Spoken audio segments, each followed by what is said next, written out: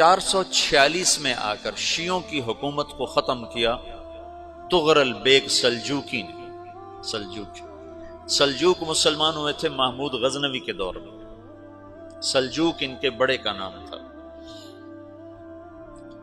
تو ایک دفعہ محمود غزنوی نے سلجوک سے پوچھا اگر مجھے تیری مدد کی ضرورت ہو تو کتنے آدمی پیش کر سکتے ہو؟ تو اس نے ایک تیر دیا، کہا یہ ایک تیر ہے میرا، کسی کو یہ تیر بھیج کر میرے علاقے میں بھیج دو تو چند گھنٹوں میں 1,00,000 تلواریں تیرا پہرا دینے کے لیے تیار ہوں، میرے پاس اتنی طاقت ہے۔ تو یہ سلجوک کی نسل میں تھا تغرل بیگ۔ اللہ تعالیٰ نے جب عرب زوال کا شکار ہو گئے اور ضعف کا شکار ہو گئے، جیسے بڑھاپے کا کوئی علاج نہیں، جب قوموں پہ زوال آتا ہے تو اس کا بھی کوئی علاج نہیں، پھر اور قوم کو جگہ ملتی ہے۔ جیسے بڑھاپا ایک فرد پہ آتا ہے، ایسے بڑھاپا قوم پہ آتا ہے۔ قوم کا بڑھاپا جوانی میں نہیں لوٹ سکتا، جیسے فرد کا بڑھاپا جوانی کی طرف نہیں لوٹ سکتا، قوم کا بڑھاپا جوانی کی طرف نہیں لوٹ سکتا، کوئی علاج نہیں، نئی نسل کا آنا ہی علاج ہے۔ تو عرب دھل چکے تھے، 600 سال بہت ہوتے ہیں حکومت کو، اپنی صفات گم کر چکے تھے، اب نئے خون کی ضرورت تھی۔ تغرل بیگ پہلا شخص تھا جس نے آ کر اہل سنت والجماعت کو استحکام بخشا، شیعوں کی حکومت کو ختم کیا، بغداد سے، شام سے، ان سارے علاقوں سے۔ صلاح الدین ایوبی نے اسماعیلی شیعہ کی حکومت کو ختم کیا مصر میں۔ العاضد ان کا آخری خلیفہ تھا۔ صلاح الدین ایوبی نور الدین زنگی رحمۃ اللہ علیہ کا پروردہ تھا، اس کا دوست تھا، اس کے دوست بھی تھا، بچہ بھی تھا اس کے سامنے، زیادہ لکھنے پڑھنے کا شوق تھا۔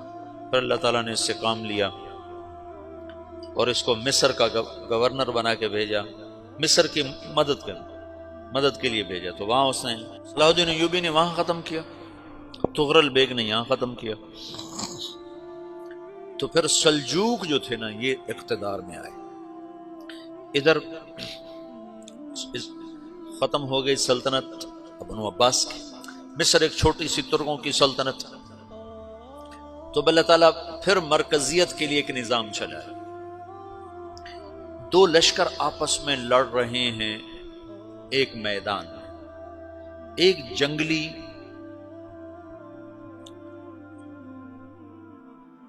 بدوؤں کا قافلہ، جنگل کے لوگ اپنے قبیلے کو لے کر، ایک جنگلی قبیلہ اپنے سردار کے ساتھ نقل مکانی کر رہا ہے ایک جگہ سے دوسری جگہ۔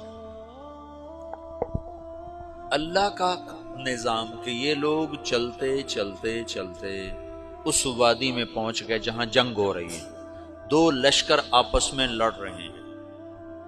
جب یہ وہاں پہنچتے ہیں تو ایک لشکر کے قدم اکھڑ رہے ہیں اور دوسرا غالب آ رہا ہے۔ ان کو نہیں پتا شکست کھانے والے کون ہیں اور فتح پانے والے کون ہیں، ان کو نہیں پتا۔ اس جنگلی قبیلے کے سردار کا نام بھی تغرل ہے، تغرل۔ تو یہ سردار کہتا ہے جو شکست کھا رہے ہیں ان کی مدد کرو، کچھ پتہ نہیں کون ہے، کہتا جو شکست کھا رہے ہیں ان کی مدد کرو۔ تو 400 وحشی جنگلیوں نے فاتح لشکر کے پیچھے حملہ کر دیا۔ وہ تو ایک کافی ہوتا تھا، 400 دوڑ جب تلواریں پڑیں تو چند لمحوں میں نقشہ بدل گیا، بھاگنے والے جم گئے اور جمنے والے بھاگ پڑے۔ جب جنگ ختم ہوئی تو شکست خوردہ لشکر کے بادشاہ نے ان کو بلایا، اسے پوچھتا ہے مجھے جانتے ہو میں کون ہوں؟ کہا نہیں۔ کہا تو تم نے میری مدد کیوں کی؟ کہا انسانی ہمدردی کی وجہ سے، تمہیں شکست ہو رہی تھی اس لیے تمہاری مدد کی۔ اور اس نے اپنا تعارف کرایا، میں ہوں سلیمان سلجوکی، ترکی کا بادشاہ۔ مسلمانوں کا لشکر تھا اور تاتاریوں سے شکست کھا رہا تھا، تاتاری فتح پا رہے تھے، مسلمان شکست کھا رہے تھے۔ تو وہ اللہ کی غیبی مدد بن کر آئے، تو وہ اس سے کہتا ہے میرے ساتھ رہنا پسند کرو گے؟ تم نے میرے اوپر احسان کیا ہے، میں اس کا بدلہ دینا چاہتا ہوں، میرے ساتھ رہنا پسند کرو گے؟ کہنے کا کر لوں گا۔ تو اس نے اس کو لے کر ترکی آیا، اور استنبول اس وقت روم کی حکومت میں تھا، اسے فتح کیا اس تغرل کے آگے چوتھے پانچویں پڑپوتے محمد فاتح نے۔ تو یہ استنبول ہے، یہ ترکی ہے، بیچ میں ایک چھوٹا سمندر ہے، یہاں ایک جاگیر ہے۔ تو سلطان سلیمان کہتا ہے یہ جاگیر تجھے وقف ہے، ادھر سے رومی مجھے تنگ کرتے ہیں حملے کر کر کے، تو میرا دفاع کرتے رہنا، یہ جاگیر تیری۔ اس جاگیر پہ اس نے اپنے قافلے کو آباد کر دیا، اپنے قبیلے کو، اور ایک چھوٹی سی حکومت بنا لی، جو ایک صوبہ سمجھو سلمان سلجوقی کا، وہ ایک چھوٹا سا صوبہ ہے۔ وہاں جب یہ رہ پڑا تو پھر یہ ایک شیخ کے بیت ہوتا ہے، وہاں شیخ طریقت ہے، ان کے یہ بیت ہونے جاتا ہے، وہ اس کو رات اپنے پاس ٹھہراتا ہے، تو ایک کمرے میں ان کو ان کا خادم ٹھہراتا ہے۔ یہ جب کمرے میں جاتا ہے تو سامنے دیوار میں تاکچے پر قرآن پڑا ہوا ہے، تو یہ تغرل بیگ کہتا ہے یہ کیا ہے، یہ کیا ہے؟ تو وہ خادم کہتا ہے یہ کتاب اللہ ہے، قرآن ہے۔ اچھا، وہ اس کو وہاں چھوڑ کے باہر چلا جاتا ہے۔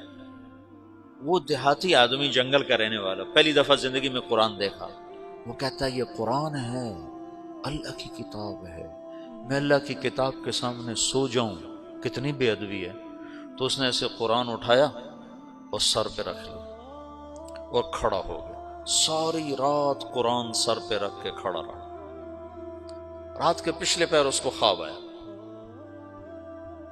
کھڑے کھڑے اس نے دیکھا کہ اس کی پشت سے ایک چاند نکلا اور شیخ کی بیٹی کے سینے میں جا کے اتر گیا۔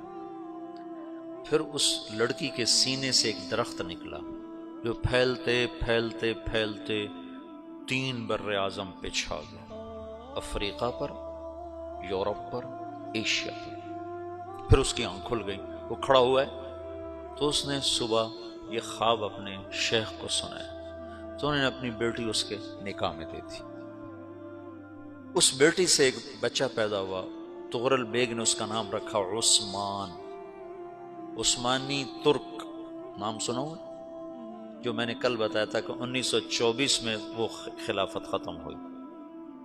تو ایک بیٹا پیدا ہوا عثمان۔ عثمان نے پھر ایک نئی اسلامی حکومت کی بنیاد رکھی جو 1924 تک چلتی رہی، کوئی 800 سال یہ حکومت چلی۔